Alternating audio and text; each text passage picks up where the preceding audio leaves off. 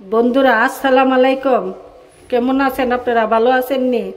আজকে আপনাদের জন্য রান্না করতেছি বুটের ডাল দিয়া ভাতের চাল দিয়া খিচুড়ি রান্না করতেছি, ভোনা খিচুড়ি। আর তার সাথে মুরগির মাংস একসাথে দিয়া রান্না করতেছি। খিচুড়ির সাথে মাংস দিয়া দিতেছি। এখানে আমি পেঁয়াজ, গরম মশলা আর দারচিনি, এলাচি, লং নিছি, তেল দিয়া দিছি। এখানে চাল নিছি এক পট চাল ধুয়া নিছি।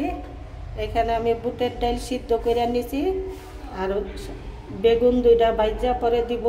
আর এখানে আমি মুরগির মাংস, কলিজা মাংস এগুলি নিছি।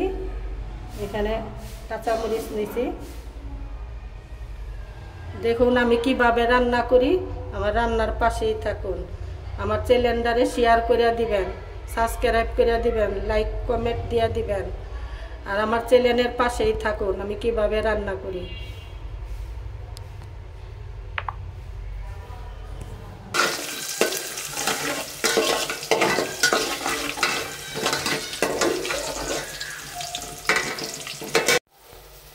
বন্ধুরা এখানে আমি আদা, রসুন, ধনিয়া, জিরা সব কিছুই দিয়ে দিছি একসাথে করে।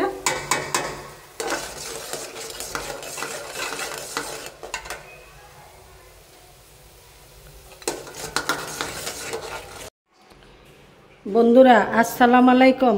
ভালো আছেন আপনারা? আমিও আপনাদের দোয়ায়, আল্লাহর দোয়ায় ভালোই আছি। আজকে আপনাদের জন্য রান্না করতেছি কচুরলতি দিয়া ইলিশ মাছ দিয়া একসাথে ময় মশলা দিয়া মাখায় রান্না করতেছি।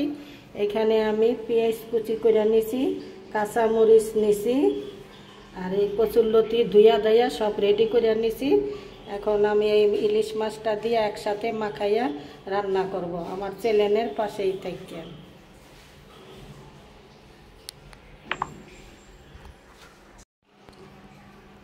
বন্ধুরা এইখানে আমি আদা বাটা, আদা, রসুন, জিরা, এখানে লবণ নিছি, এখানে হলুদ, মরিচ, ধনিয়া আর এখানে পেঁয়াজ আর কাঁচামরিচ। আর এখানে এখন আমি তেল দিয়ে দিব। এখন আমি তেলটা দিয়ে দিতেছি।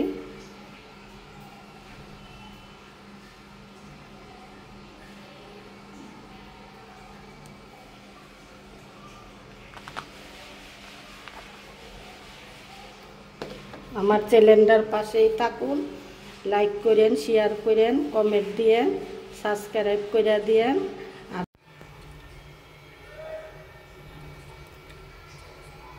বন্ধুরা আমার চুলা ধরায় দিছি।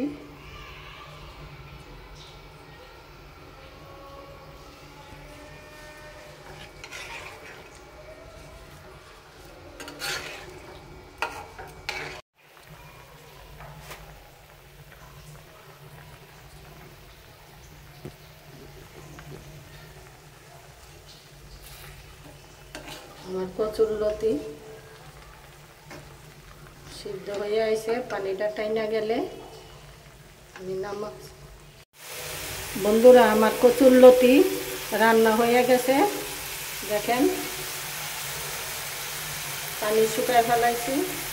এইভাবে করে খাইবেন।